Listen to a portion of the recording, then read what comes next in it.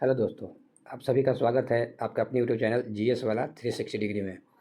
तो आज हम लोग सेट नंबर 6 स्टार्ट कर रहे हैं और सेट नंबर 6 में जितने भी महत्वपूर्ण सवाल है उसको आप लोग ज़रूर देखिए। और यह जो सेट चल रहा है दरोगा के लिए स्पेशल है, साथ ही हर एक एग्जाम के लिए इंपॉर्टेंट होता है। तो आप लोग इसको देखिए, जो ज्ञान बिंदु के द्वारा प्रोवाइड किया गया है सेट डेली सीरीज का चलता है, उसका हम डिस्कशन करते हैं। तो चलिए, ये जो है आप लोग के लिए उपलब्ध कर रहे हैं। और आज जो है हम थोड़ा डिटेल नहीं बता पाएंगे क्योंकि थोड़ा तबीयत ख़राब है, तो ज़्यादा देर तक हम नहीं बोल सकते हैं, इसलिए केवल क्वेश्चन और उसका आंसर आज हम लोग मिला लेंगे। और फिर इसको जो है एक एक करके बीच बीच में हम इसका डिस्कशन जरूर कर लेंगे। तो आप लोग घबराइएगा नहीं, क्वेश्चन जरूर देखिएगा और क्वेश्चन इंपॉर्टेंट है, क्वेश्चन आप लोग याद करते चलिएगा। तो चलिए, आज का पहला सवाल है कि महाराष्ट्र के किस समाज सुधारक को लोकहितवादी उपनाम से जाना जाता है। ये किसको जाना जाता है? तो गोपाल हरि देशमुख को जाना जाता है। अगला क्वेश्चन है कि अखिल भारतीय अनुसूचित जाति महासंघ की स्थापना किसके द्वारा किया गया था। तो ये जो स्थापना किया गया था, ये था डॉक्टर भीमराव अंबेडकर के द्वारा किया गया था। वो क्या है? अखिल भारतीय अनुसूचित जाति महासंघ। तो ये किसके द्वारा किया था? तो भीमराव अंबेडकर के द्वारा।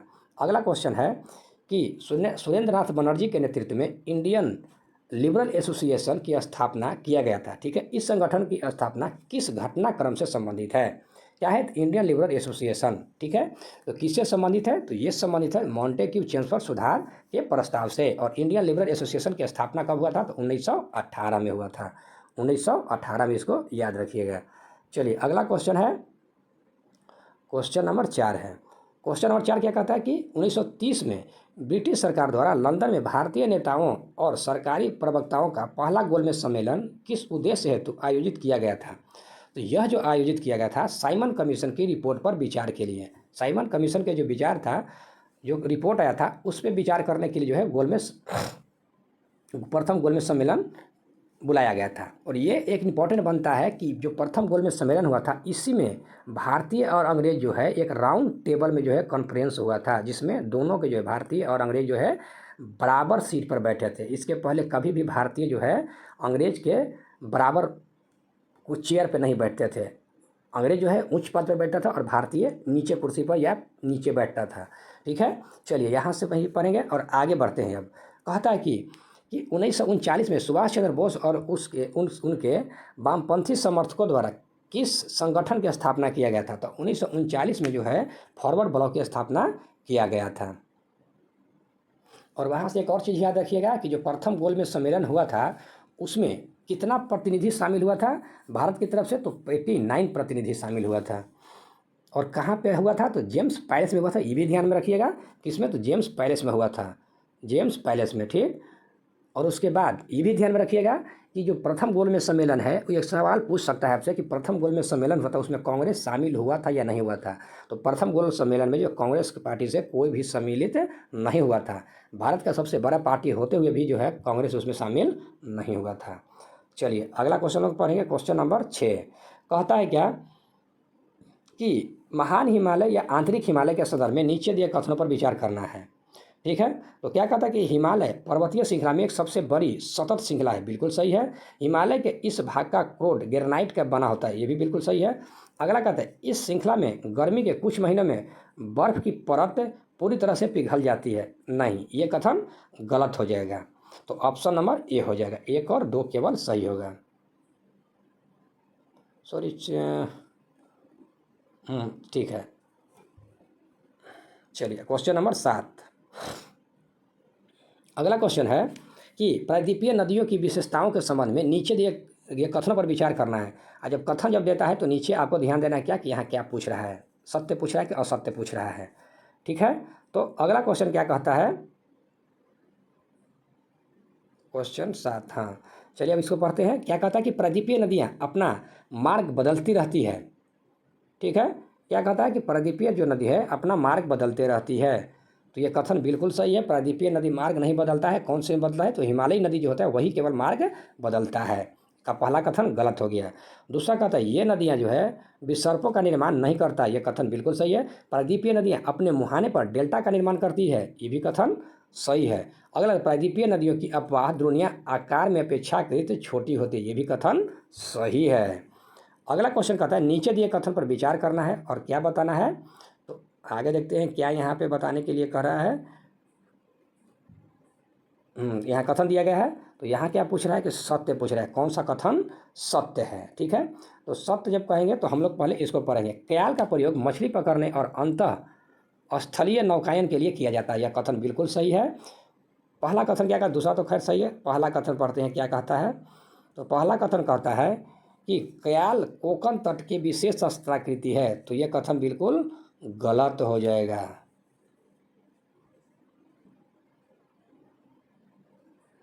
अगला क्वेश्चन हो जाएगा, तो ऑप्शन हो जाएगा केवल दूसरा हो जाएगा। क्वेश्चन अगला बढ़ते हैं, क्या कहता है। ये भी कथन कूट में दिया गया है, तो कूट में जब दिया गया तो इसको हम लोग क्या पढ़ेंगे। हाँ, पहला कथन कहता है, क्या कहता है कि उष्णकटिबंधीय कांटेदार वनों के संबंध में बताना है। ठीक है, किसके बारे में, कांटेदार वन। ये वन उन क्षेत्रों में पाए जाते हैं जहां वार्षिक वर्षा 50 सेंटीमीटर से कम होता है। कथन बिल्कुल सही है। इस प्रकार के वन देश के उत्तर पश्चिमी भागों में पाया जाता है। ये भी कथन सही है। इन वनों के पौधे लगभग पूरे वर्ष पर्ण रहित रहता है। ये भी कथन बिल्कुल सही है। तो इनमें से सभी हो जाएगा। अगला क्वेश्चन है क्वेश्चन नंबर 10, कहता है कि मैंग्रोव वनस्पतियों के विकास के लिए निम्नलिखित में से कौन से कारक आवश्यक है। कौन सा कारक आवश्यक है, तो पहला पढ़ते हैं, क्या कहता है कि लवणीय दलदल, बिल्कुल सही है। दूसरा ज्वारीय सक्रिय खारी, ये भी कथन सही है। और तीसरा कहता है कि 200 सेंटीमीटर या उससे अधिक की औसत वार्षिक वर्षा, ये कथन बिल्कुल गलत हो जाएगा। और उसके बाद पंख मैदान, तो ऑप्शन हो जाएगा 1, 2 और 4, ऑप्शन नंबर डी हो जाएगा। अगला कहता है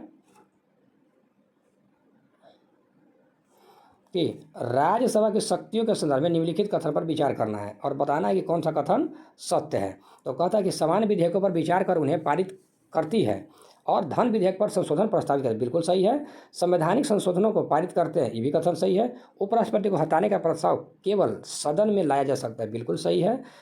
यह संसद को राज्य सूची के विषय पर कानून बनाने का अधिकार दे सकती है, ये भी कथन सही है। तो इनमें से सभी हो जाएगा, ऑप्शन नंबर डी हो जाएगा। अगला क्वेश्चन कहता है क्वेश्चन नंबर 12, ये कूट में है, देख लेना है सबसे पहले। तो हाँ, कूट में है, तो यहाँ सबसे पहले कौन सा कथन सही नहीं है, कौन सा कथन सही नहीं है, तो ये पढ़ना है।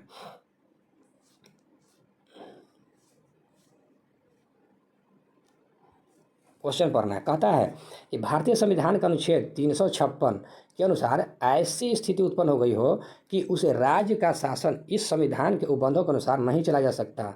इस संदर्भ में राष्ट्रपति शासन लगाए जाने संबंधी प्रावधान है, बिल्कुल सही है। अगला कहता है कि उपयुक्त विषय पर राष्ट्रपति द्वारा उद्घोषणा को संसद की स्वीकृति प्राप्त करना जरूरी होता है, बिल्कुल सही है।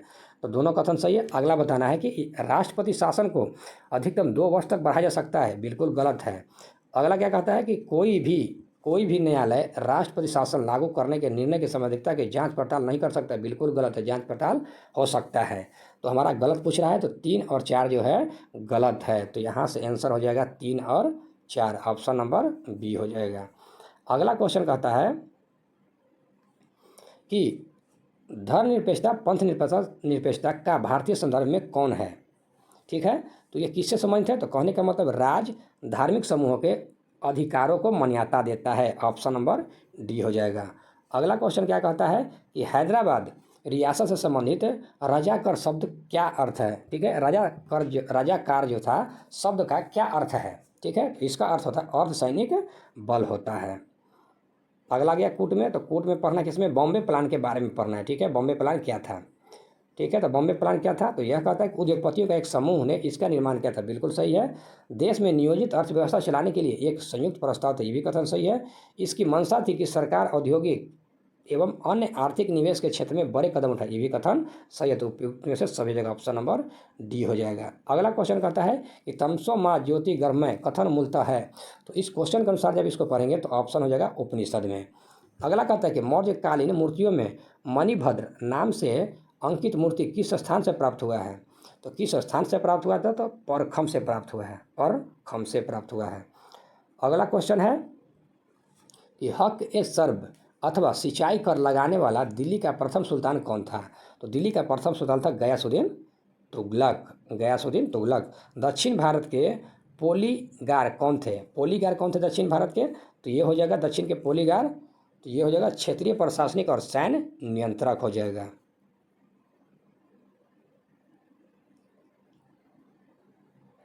सॉरी, यहाँ तो क्या पूछ रहा है, प्रथम सुल्तान पूछ रहा है ना। प्रथम सुल्तान हो जाएगा फिरोज शाह तुगलक होगा, ठीक है। आप इसको काट लीजिए, गया संदो नहीं, फिरोज शाह तुगलक हो जाएगा।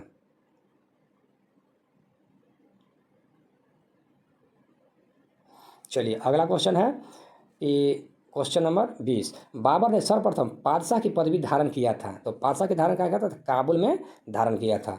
अकबर के शासनकाल में दक्कन में निम्न पद्धतियों में कौन सा जो है भू राजस्व वसूली का प्रचलन का आधार था? ठीक है, कहता अकबर के शासनकाल में दक्कन में निम्न पद्धतियों में से कौन सा जो है भू राजस्व वसूली का प्रचलित आधार था? तो ये था हलों की संख्या। ऑप्शन नंबर बी हो जाएगा, हलों की संख्या। अगला क्वेश्चन है क्वेश्चन नंबर 22। क्वेश्चन नंबर 22 है तो इसको देख लेना है, कोर्ट में तो नहीं दिया है। 22 का देख लेना है पहले। 22 नहीं, कोर्ट में तो नहीं है, तो कोर्ट में नहीं है तब इसको हम लोग पढ़ेंगे एक एक करके कौन सा कथन गलत है।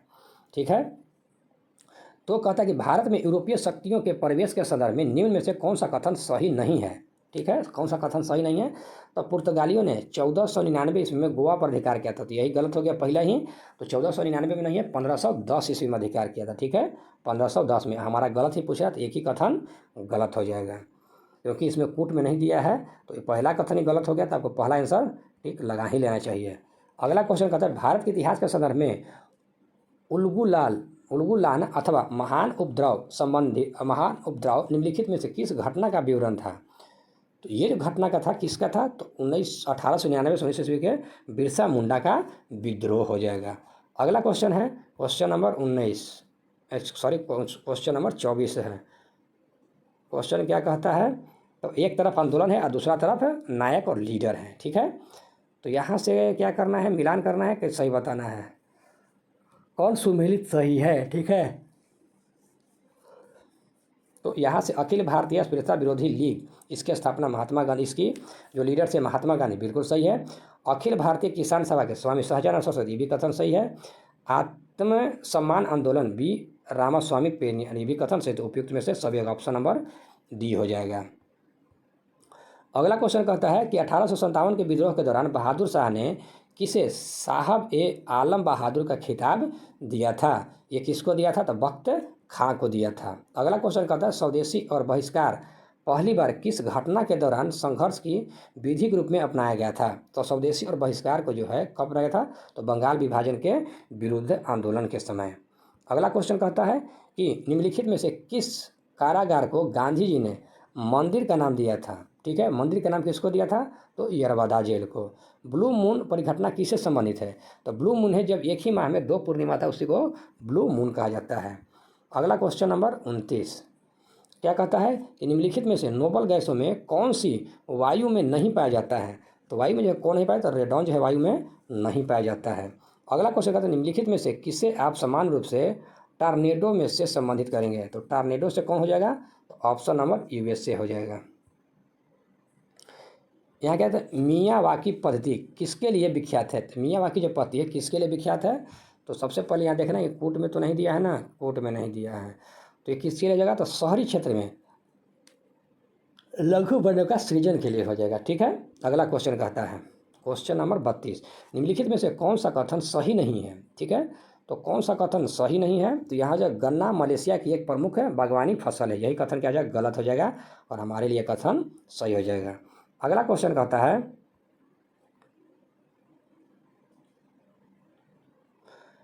एक तरफ केंद्र है एक तरफ उद्योग है। ठीक है, तो इसको मिलान करना है। तो ये मिलान करना तो कैसे मिलान करना है? तो पहला ओसाका, तो ओसाका किस उद्योग के लिए फेमस है? तो सूती वस्त्र के लिए। डेट्रायट, डेट्रायट किस लिए प्रसिद्ध है? तो ये हो जाएगा मोटर वाहन के लिए। ठीक, क्यूबा, क्यूबा किसके लिए है? तो सिगार के लिए। और सेंट पीटर्सबर्ग पोत जहाज के लिए। तो ऑप्शन नंबर ये हो जाएगा। अगला क्वेश्चन है क्वेश्चन नंबर 34, क्या कहता है कि निम्नलिखित में से कौन सा ग्रामीण समुदाय का तत्व नहीं है? तो ग्रामीण का संस्कृति विविधता जो यहाँ का यह तत्व नहीं है।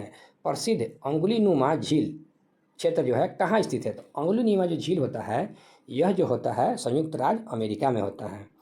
अगला क्वेश्चन कहता है कि निम्नलिखित में से किसको पर्ल ऑफ साइबेरिया कहा जाता है? पर्ल ऑफ साइबेरिया किसको कहा जाता है? तो पर्ल ऑफ साइबेरिया जो है बैकाल झील को कहा जाता है।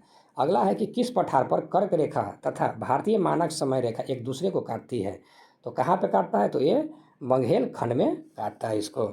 अगला क्वेश्चन है, निम्नलिखित में से कौन सा द्वीप लक्षद्वीप समूहों का अंग नहीं है? तो लक्षद्वीप समूह का अंग कौन सा नहीं है? तो ये हो जाएगा तिलनचोंग हो जाएगा। तिलनचोंग जो है इसका हिस्सा नहीं है। निम्नलिखित में से कौन सी जो है नदी गंगा नदी में बाएं से नहीं मिलता है? तो बाएं से नहीं मिलता है वो हो जाएगा सोन जो है बाएं से नहीं मिलता है। अगला क्वेश्चन है कि प्रथम अंतिम राष्ट्रीय सरकार की घोषणा किया गया था। ठीक है, ये घोषणा किया गया था, तो घोषणा 24 अगस्त 1946 को किया गया था। अगर गठन पूछ देगा तो 2 सितंबर हो जाएगा, 2 सितंबर 1946। अगला क्वेश्चन है क्वेश्चन नंबर 42।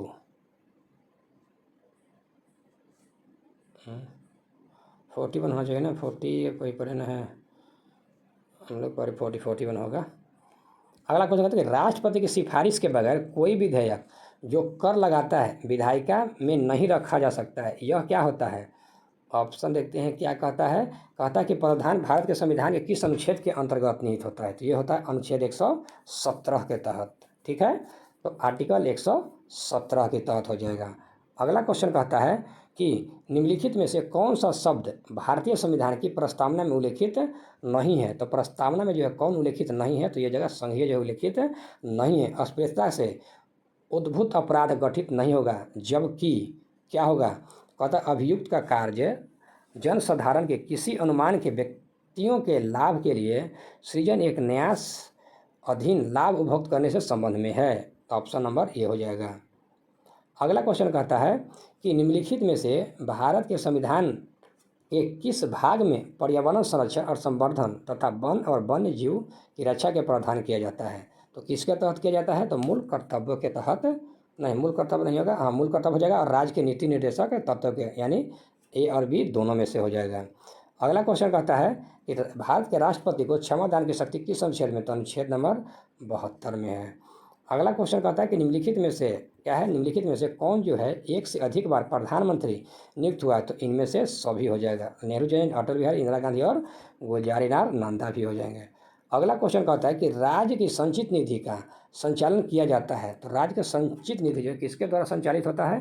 तो ये संचालित होता है इनमें से कोई नहीं, राज्य विधान मंडल के द्वारा जो है संचालित होता है। अगला क्या है? तो राज्य विधानमंडल। ठीक है, विधानमंडल हो जाएगा। ठीक, अगला क्वेश्चन कहता है कि संविधान के अंतर्गत क्या है? संविधान के अंतर्गत उच्चतम न्यायालय से विधि के प्रश्न पर राय लेने का अधिकार किसको है?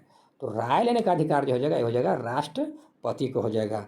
संविधान के विषय सूचियों में दिए गए विषय के अतिरिक्त विषय पर कौन कानून बना सकता है? किसके विषय में? तो संविधान के विषय में सूचियों पर, सूची में जो दिया गया है उस विषय पे अतिरिक्त जो विषय है उस पर कानून कौन बना सकता है? तो ये जो कानून ये 2 दिन पहले भी सेट में आया था, तो ये बनाता है संसद बनाता है। उस समय क्या आया था क्वेश्चन कि संघ सूची, राज्य सूची, समवर्ती सूची का जो विषय नहीं शामिल होता किस में शामिल होता है? तो अपशिष्ट सूची में शामिल होता है। और उस पर जो कानून कौन बनाता है? तो केंद्र सरकार। अगला क्वेश्चन है कि अनुसूचित जाति और अनुसूचित जनजाति अधिनियम 1989 कब लागू हुआ था? ठीक है, तो कब लागू हुआ था? तो ये लगभग 30 जनवरी 1990 को लागू हुआ था। तो कंटेंट अच्छा लगता है, ज्ञान बिंदु के द्वारा जो कंटेंट बनाया गया है और मेरा मेहनत आपको अच्छा लगता है तो चैनल को जरूर सब्सक्राइब कर लीजिएगा। आज थोड़ा हम डिटेल नहीं बता पाए हैं क्योंकि तबीयत ठीक नहीं है, तो कल से हम इसका जो है डिटेल लेकर चलेंगे। धन्यवाद।